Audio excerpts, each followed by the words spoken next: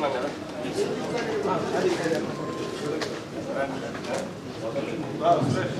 మళ్ళీ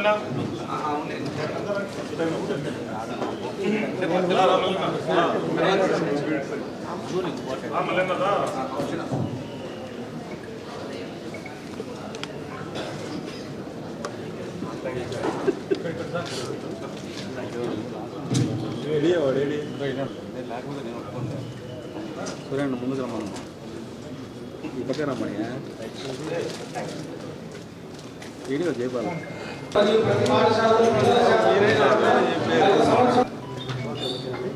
ఒక ఎమ్మెల్యేగా గెలిపించి ఈరోజు ఈ యొక్క సమావేశానికి వచ్చి ఇక్కడ కూర్చుంటే అవకాశం ఇచ్చిన ప్రతి ఒక్కరికి పేరు పేరున ధన్యవాదాలు తెలియజేసుకుంటున్నాను.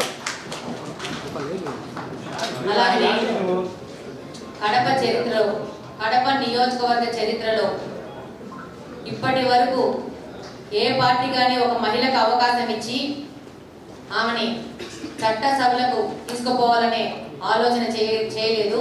మొట్టమొదటిసారి తెలుగుదేశం పార్టీ అధినేత నారా చంద్రబాబు నాయుడు గారు, అలాగనే జిల్లా పార్లమెంట్ అధ్యక్షుడు, polit bureau member Srinivas Reddy గారు ఆ ఆలోచన చేసి ఒక మహిళకి ఇక్కడ అవకాశం ఇద్దాము, ఇక్కడ డెఫినెట్ గా మహిళ అవసరం ఉంది నియోజకవర్గంలోనే ఆలోచించి వాళ్ళిద్దరి సహకారంతో నన్ను ఇక్కడ పంపించి 8 నెలల క్రితం, దాదాపు ఇప్పుడు 10 నెలలు అయింది, 10 నెలల క్రితం వాళ్ళు డిసైడ్ చేసుకొని కడప నియోజకవర్గంలో నన్ను పంపించి నన్ను వాళ్ళ దిశానిర్దేశంతో పనిచేయించి ఈ యొక్క విజయానికి వాళ్ళిద్దరి సహకారం ఎంతగానో ఉంది. అలాగనే ఈ నియోజకవర్గంలోని ప్రజలు ఎంతో ఆలోచన చేసి ఈ నియోజకవర్గ అభివృద్ధి కోసం నాకు ఓట్లేశారు. వాళ్ళ ఆలోచనకు, ఆశలకు అనుగుణంగా నేను పనిచేస్తాను. అలాగనే ఈ యొక్క పాలక మండలిలో ప్రతి ఒక్కరూ నియోజకవర్గ అభివృద్ధి కోసం మాట్లాడారు. వాళ్ళకు కూడా వాళ్ళ ఆలోచనలు, వాళ్ళ ఆశలకు అనుగుణంగా నేను పనిచేయడం జరుగుతుంది. ఇప్పటి నుంచి 2024 నుంచి ఈ 5 సంవత్సరాలలో మనము మాక్సిమం రిజల్ట్స్ కడప నియోజకవర్గంలో చేరే విధంగా పనిచేయడం జరుగుతుంది. ఒక కొత్త రూపురేఖలు కడప నియోజకవర్గాన్ని తీసుకొచ్చి, కార్పొరేషన్ తీసుకొచ్చి మనము ఏ విధంగా కడపను మిగతా నగరాలకు ధీటుగా నిలబెడతామో మనం చేసి చూపించడం జరుగుతుంది. దానికోసం ప్రతి నిమిషం పనిచేయడం జరుగుతుంది. ఈ సందర్భంగా మీకు తెలియజేసుకుంటున్నాను.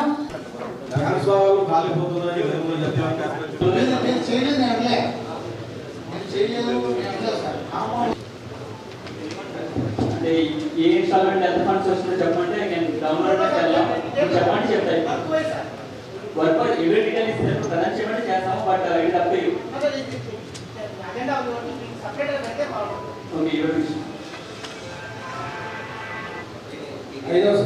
కొంచెం లేట్ చేయడం వల్ల ఈ ఫండ్స్ మళ్ళీ రాకుండా పోయే అవకాశాలు ఉన్నాయి. ఆల్రెడీ భక్తులకు పేమెంట్ జరిగింది. పేమెంట్ చేసిన దగ్గర మీరు అక్కడి నుంచి జస్ట్ ఒక ఎస్ చెప్పించుకుంటున్నారు. అది అవసరమా? ఒక చర్చ అనేది జరగాలి కదా. మనం ₹1 వాడామంటే ఆ వాడబోయే రూపాయి ఎందుకు వాడుతున్నారు అనేది ముందు ఇంతమంది 50 మంది సభ్యులు ఉన్నారు. ఆ సభ్యులతో చర్చించి ఆ తర్వాత డిసిషన్ తీసుకొని ఇది అవసరమా కాదని ఆలోచించుకొని మనం ముందుకు వెళ్ళాలి. సదరు ఏ భక్తులకి సహకారం కోసం ఈ వర్కులు జరిగినాయి, ఎవరికి పేమెంట్ చేశారు అనేది చర్చ అనేది రావాలా. ఒక రాటిఫికేషన్ పెట్టేసి దాని మీద ఒక రాజముద్ర వేసేసుకొని పెట్టేసుకుంటే ఇబ్బంది పడేది ఈ యొక్క నియోజకవర్గంలోని ప్రజలు అనేది ఈ సందర్భంగా మీకు తెలియజేసుకుంటున్నాను.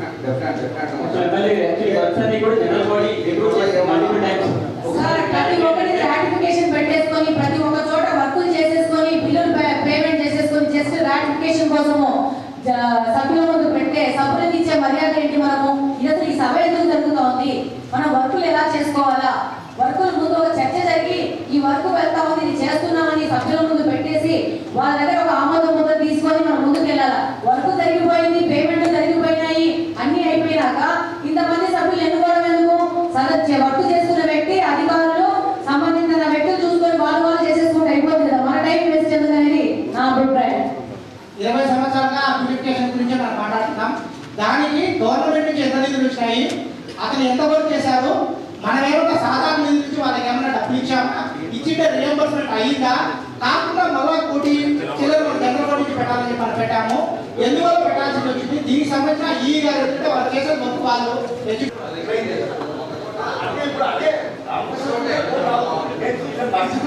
ప్రత్యేకంగా నేను చూసాను పెట్టుకున్నాను. అదే కాంట్రాక్టర్కు నేను లైసెన్స్ ఇచ్చాను. స్వపక్షంలో ప్రతిపక్షం అనిపించుకున్నాము. ఇదే మీడియా చేత ప్రజా సమస్యల మీద ఎప్పుడు ఎన్నిక ఇవ్వలే. ప్రతిపక్షం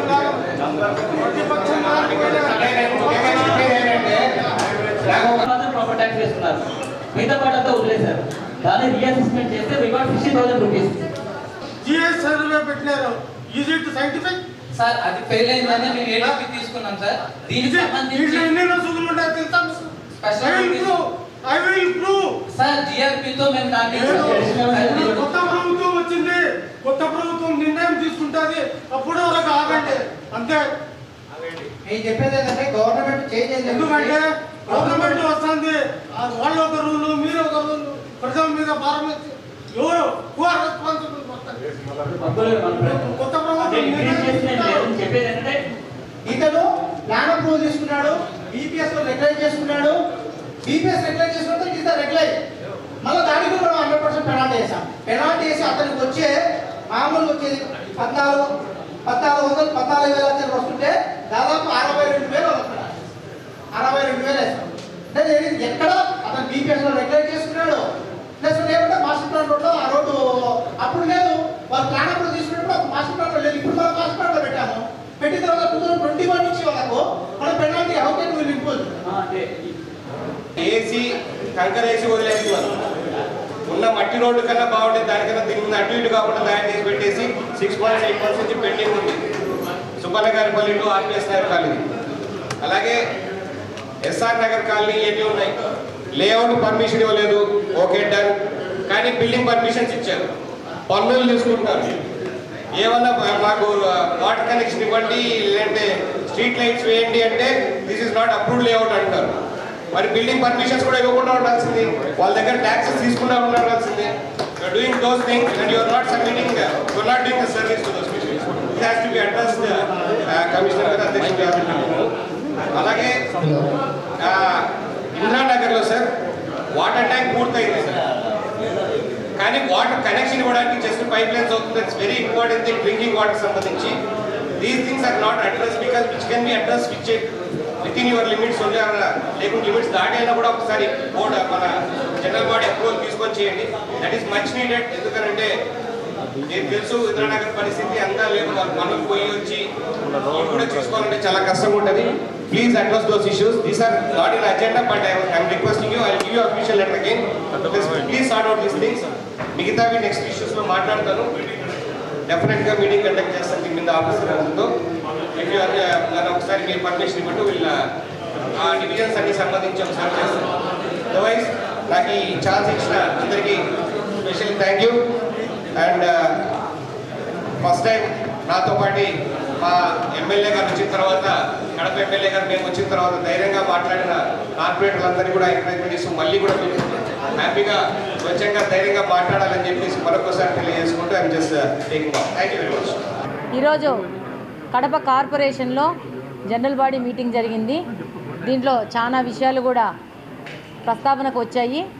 వాటన్నిటి మీద సభ్యులు కూడా చాలా ఉత్సాహంగా ఉత్తేజంగా దాని మీద మాట్లాడడం కూడా జరిగింది.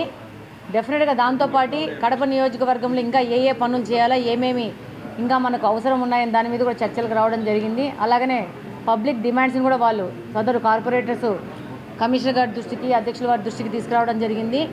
డెఫినెట్గా తెలుగుదేశం ప్రభుత్వము ఇక్కడ యాజ్ అన్ ఎమ్మెల్యేగా డెఫినెట్గా అభివృద్ధికి ఒక ఆకాంక్షిస్తూ దానికి సపోర్టివ్గా మేము ఉండబోతున్నాము. అలాగనే ఈ అభివృద్ధిలో భాగంగా అవినీతిని తీసుకొచ్చి ఆ ప్రకారంగా పోవడాన్ని కంప్లీట్గా వ్యతిరేకిస్తాము. దానికి సంబంధించిన విధంగా ఏ విధమైన సపోర్టు ఉండదు. డెఫినెట్గా ప్రతి ఒక్క ఇష్యూ మీద ఎంక్వైరీ చేయడం జరుగుతుంది. అలాగనే ఈ కార్పొరేషన్లో ఈ 5 సంవత్సరాలలో జరిగిన కబ్జాలు కానీ అవినీతి కార్యక్రమాలు కానీ మీ అందరికీ తెలుసు, మీడియా ద్వారా మీరే పత్రికల్లో తీసుకొస్తున్నారు. చాలా జెడ్పీ ఆస్తులు కానీ పోలీసులకు సంబంధించిన ఆస్తులు కానీ వాటిని కబ్జా చేయడం జరిగింది, అన్యాక్రాంతం అయిపోవడం జరిగింది. అలాగనే మీకు తెలుసు చాలామంది రోడ్లని ఫుట్పాత్లని పేమెంట్లని ఆక్రమించేసుకొని వాళ్ళకు పర్మనెంట్ బిల్డింగులు కట్టుకోవడం ఈ 5 సంవత్సరాలు జరిగింది. వీటన్నిటి మీద కూడా క్లియర్గా ముందుకు పోవడం జరుగుతుంది. అభివృద్ధి కాంక్షతో ముందుకు పోయి పనిచేయడం జరుగుతుంది. ఈ 5 సంవత్సరాల్లో కమిషనర్ వాళ్ళ సపోర్టు తీసుకొనేసి అలాగనే ఇప్పుడున్న ఆల్రెడీ ఉన్న కార్పొరేటర్ సహకారం తీసుకొని డెఫినెట్గా కడప అభివృద్ధి కొరకు, కడప కార్పొరేషన్ అభివృద్ధి కొరకు డెఫినెట్గా పనిచేస్తాము. ప్రజల నుంచి ఏ సమస్యలు వచ్చినా కానీ సంబంధిత అధికారులతో మాట్లాడి వాళ్ళ సమస్యలు తీర్చే విధంగా ప్రతి ఒక్కటి చర్చలను చేసుకొని ఏది ద బెస్ట్ అనేది విధంగా ముందుకు పోయి పనిచేయడం జరుగుతుందని ఈ సందర్భంగా తెలియజేస్తున్నాను.